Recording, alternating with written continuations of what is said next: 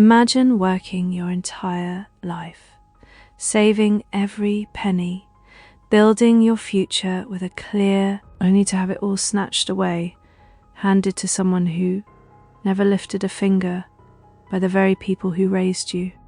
Guys, welcome back to the channel. I'm Hazel. Grab your coffee, because today we're talking about family betrayals. Our storyteller Calliope learned early on that nothing in life comes for free. She was the kind of person who excelled at everything she put her mind to, driven and incredibly diligent. From school projects to part-time jobs, Calliope always gave 110%, earning every success. Her parents, Ilara and Silas, often praised her ambition, telling her how proud they were. They instilled in her the values of hard work and self-reliance, which Calliope took to heart. She dreamed of one day owning her own small business, a cozy bookstore or a charming cafe. Calliope pictured herself surrounded by books and the aroma of coffee. A perfect life she was building brick by brick. But Calliope also had a younger brother, Thaddeus, who was quite different. Thaddeus embodied the exact opposite of everything Calliope stood for, preferring ease over effort. He floated through life, expecting things to be handed to him, often relying on his parents' generosity. Thaddeus struggled to hold down a job, frequently blaming his bosses or co-workers for his shortcomings. He'd move back home between gigs, often for months, draining Ilara and Silas's resources. Calliope watched with a growing sense of frustration as her parents enabled his behaviour. They always had an excuse for Thaddeus, saying he was, quote-unquote, finding himself, or just needed a little more time. Meanwhile, Calliope was working 2 jobs, paying her own way through college and saving diligently. She couldn't help but feel a little resentment brewing, a subtle imbalance in their family dynamic. Ilara and Silas always assured Calliope that her hard work wouldn't go unnoticed or unrewarded. They often spoke about their nest egg, a substantial inheritance they planned to leave their children. "It's for your future, dear," her mother would say, "a reward for all your dedication." Calliope imagined using her share to secure a down payment on her dream business space. It was a comforting thought, a tangible goal that motivated her through countless late nights and early mornings. The parents made it clear that the inheritance would be split equally between Calliope and Thaddeus. Calliope thought this was fair, even if Thaddeus hadn't contributed much to his own financial stability. She just hoped he would use his portion wisely, perhaps to finally launch himself into a stable career.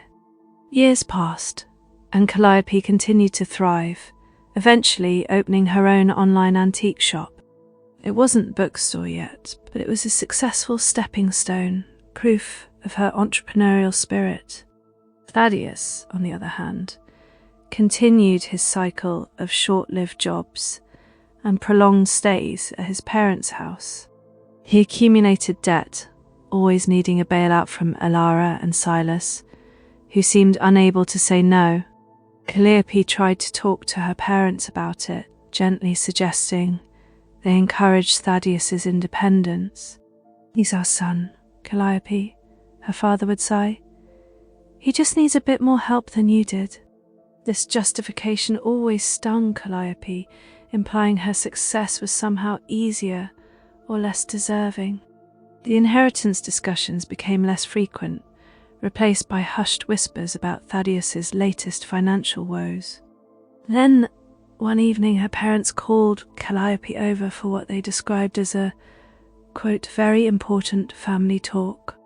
Calliope walked into their living room, noticing Thaddeus already sprawled on the couch, looking unusually smug. Ilara and Silas sat on the edge of their seats, looking uncomfortable and avoiding Calliope's gaze. "Calliope," her mother began, her voice soft, "we need to talk about the inheritance." Calliope's heart gave a little flutter of anticipation. Perhaps they were finally setting a clear plan. "Your father and I have decided to make some adjustments to our will," Silas added, clearing his throat. Thaddeus gave a small, almost imperceptible smirk from the couch, catching Calliope's eye. "Because Thaddeus needs more support right now," Elara continued, "we've decided to give him the majority." Calliope felt a cold wave wash over her, her mind struggling to process what she was hearing. "He will receive 80% of everything," Silas confirmed, "and you will receive 20.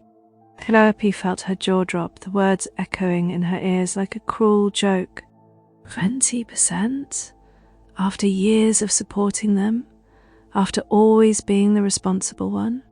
She looked from her father Silas to her mother, Elara, searching for any sign of reconsideration. But their faces were set, almost as if they were relieved to have finally delivered the news.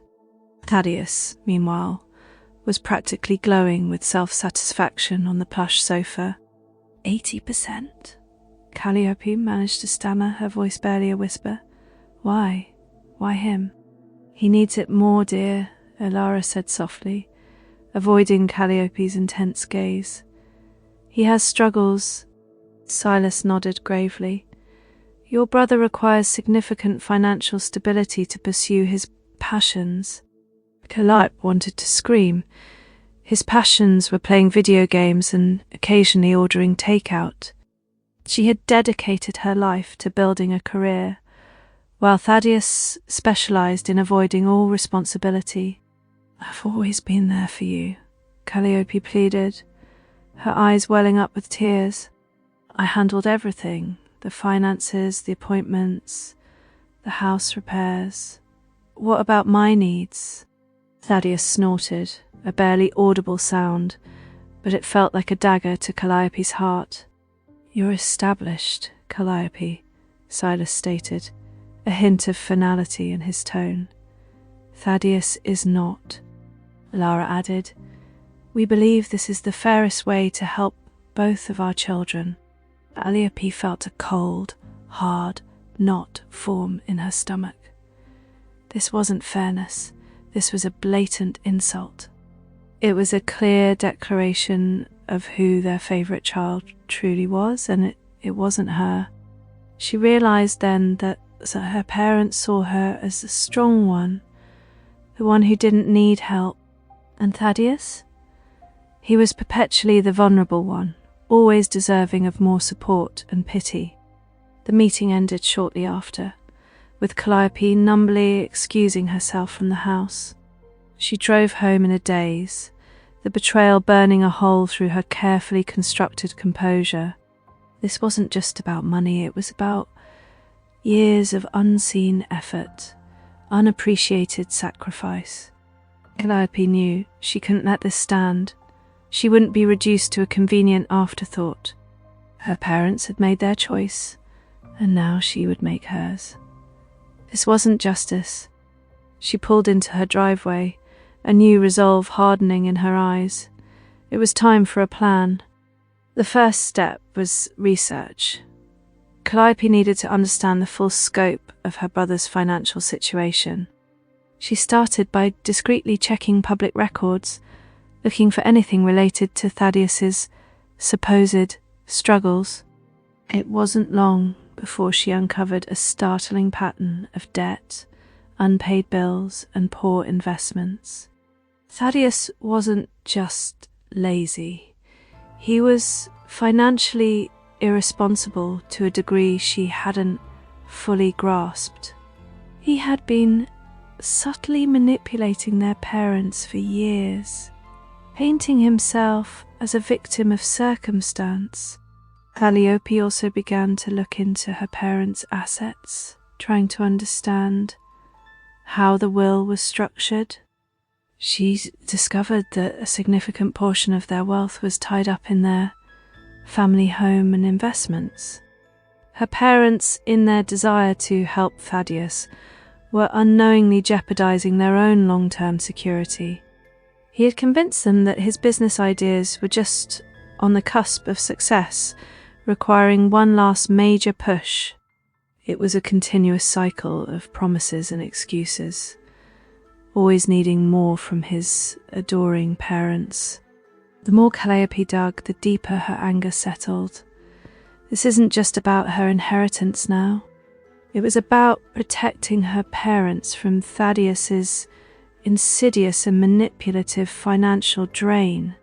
He was not a helpless victim. He was a shrewd individual who exploited their parental affection.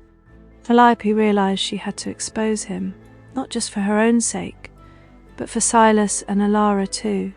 She wasn't seeking revenge. She was seeking accountability and a true balance of justice. Her strategy began to form. It needed to be precise, undeniable, and completely legal. She couldn't just lash out. She needed to dismantle his carefully constructed narrative. Calliope started by consulting with a trusted attorney, explaining the intricate family dynamics. She gathered every piece of evidence she had, every document, every email, every text message. This was no longer a sibling squabble, it was a mission to reveal the truth about Thaddeus. Calliope's attorney advised her on the best course of action: to contest the unequal distribution. They focused on Thaddeus's financial misrepresentations and his consistent pattern of dependency. Calliope meticulously documented every instance where Thaddeus had claimed financial hardship. She had records of loans her parents had given him that were never repaid. She also compiled evidence of his, quote, business ventures that were little more than hobbies. His supposed investments were often funded directly by their parents' generosity. Calliope even found old emails where Thaddeus exaggerated his financial struggles. He painted himself as a struggling entrepreneur, constantly on the brink of success, all while Calliope was diligently working and managing her own successful career. The attorney suggested a formal mediation session with her parents and Thaddeus. Calliope agreed, wanting her parents to hear the truth directly and undeniably. The day of the mediation was tense, emotions running high even before it began. Thaddeus walked in with a smug look, clearly believing he had already won. Calliope, however, remained calm and composed, armed with her meticulous evidence. Her attorney presented the case, detailing Thaddeus's long history of financial dependence. They showed how his startup was largely funded by her parents, not his own effort. They revealed that his claims of imminent success were consistently unfounded. Calliope's parents listened, their faces slowly shifting from confusion to dawning realization. Thaddeus tried to interrupt, to spin his usual tales, but the evidence was too strong. His carefully constructed narrative of being the, quote, struggling but deserving son crumbled. The lawyer presented bank statements, email exchanges, and business records. It was clear Thaddeus had been systematically misleading his parents for years. The silence in the room was heavy as her parents absorbed the full scope of the deception. They saw that their, quote, investment in Thaddeus was simply enabling his lack of ambition. Their favoritism had been based on a fabricated story, a plea for sympathy. Calliope watched her mother tear up, her father's face growing grim with disappointment. It wasn't about the money for Calliope. It was about the principle, the blatant unfairness. Her parents, finally seeing the pattern, decided to reevaluate their inheritance plans. They acknowledged the profound disparity in how they had treated their... Thaddeus was furious, his smug demeanour replaced by anger and accusations. He lashed out at Calliope, calling her selfish and cruel for exposing him. But his words held no power now. The truth was out, undeniable and stark. Her parents amended their will, dividing the inheritance equally between their children. They also established a trust for Thaddeus, with strict conditions for access. He would have to demonstrate genuine effort and financial responsibility to receive funds. This was a bitter pill for Thaddeus, who had expected a free ride. Calliope felt a strange mix of relief and sadness. Justice was served, but at a cost. The family dynamics were forever changed, a rift created by years of manipulation. But Calliope knew she had done the right thing, not just for herself, but for her parents. They needed to see the truth, to understand how they had been used. Her revenge wasn't about malice, it was about accountability and revealing reality. Sometimes exposing the truth is the most powerful form of justice. It forces people to confront uncomfortable realities and reevaluate their choices. Calliope finally felt a sense of peace, having reclaimed her narrative and ensured that her brother's entitlement would no longer dictate their family's future. The revelation of Gideon's true financial state and his irresponsible habits forced a reckoning. His parents, who had always indulged him, could no longer ignore the stark reality. They saw how their favoritism had, in fact, harmed him more than it had helped. Gideon himself was left completely exposed, his safety net abruptly yanked away. He had to face the consequences of a lifetime of avoiding responsibility. There was no more easy money, no more bailouts, just the cold hard facts. This wasn't Calliope being vindictive, it was the world finally holding Gideon accountable. It was a tough lesson, delivered not with anger but with precision and truth. The family dynamics began to shift, albeit slowly and painfully. Their perception of Gideon and of Calliope was forever altered. This story truly shows how inheritance, meant to be a blessing, can become a weapon. It exposes the hidden resentments and unspoken expectations within families. Hazel tells stories, and this one reminds us that fairness isn't always guaranteed, especially when one sibling is consistently favoured over another.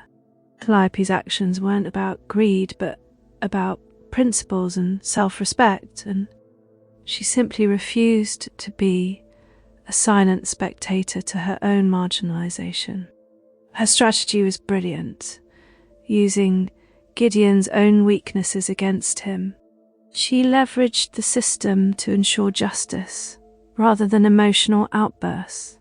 And sometimes that quiet, calculated approach is far more devastating. It leaves no room for argument or for shifting blame elsewhere.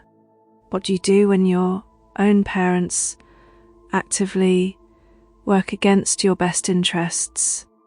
When their love, or at least their financial support, is conditional and unfair? Calliope chose to protect herself and her future, and I truly commend her for it. She didn't seek to destroy, but to reset the balance, to restore equilibrium. She showed immense strength in standing up to years of systemic favoritism, and in doing so she potentially saved her parents from enabling Gideon further. It's a painful way to learn a lesson, but sometimes necessary for growth, both for the individual and for the entire family unit. This isn't about family drama for drama's sake, it's about deep-seated issues of entitlement, responsibility, and the true meaning of legacy. Ultimately, Calliope gained more than just money. She gained agency. She gained respect, not just from others, but most importantly from herself.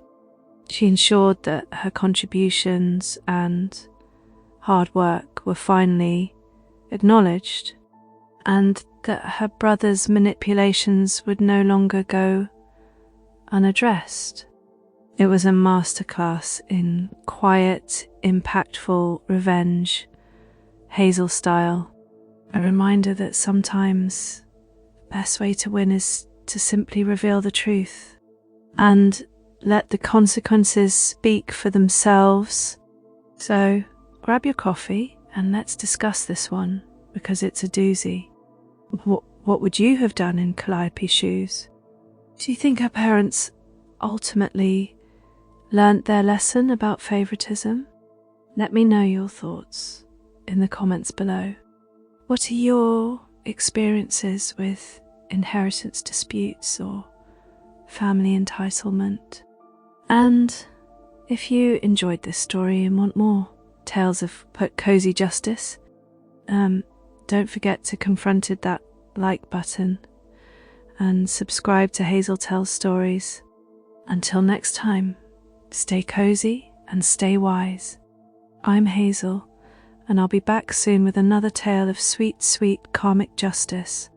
Remember, sometimes the best way to deal with entitlement is to let them dig their own hole, especially when they anticipate receiving something they haven't worked for. Thanks for listening, and I'll see you all very soon.